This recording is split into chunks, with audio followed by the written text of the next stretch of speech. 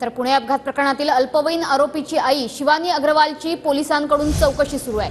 शिवानी अग्रवाल, विशाल अग्रवालची वैद्यकीय चाचणी सुद्धा केली जाणार आहे।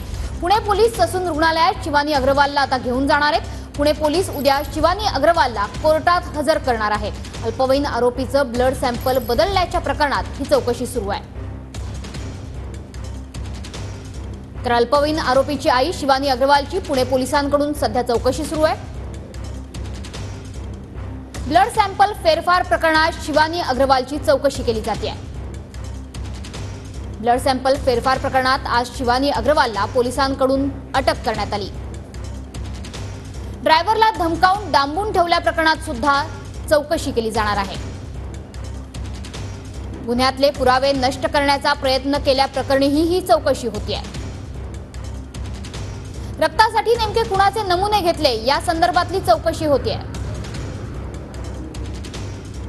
ससूनमधील डॉक्टरांना पैशांचं आमिष दाखवल्या प्रकरणी सुद्धा चौकशी सुरू आहे।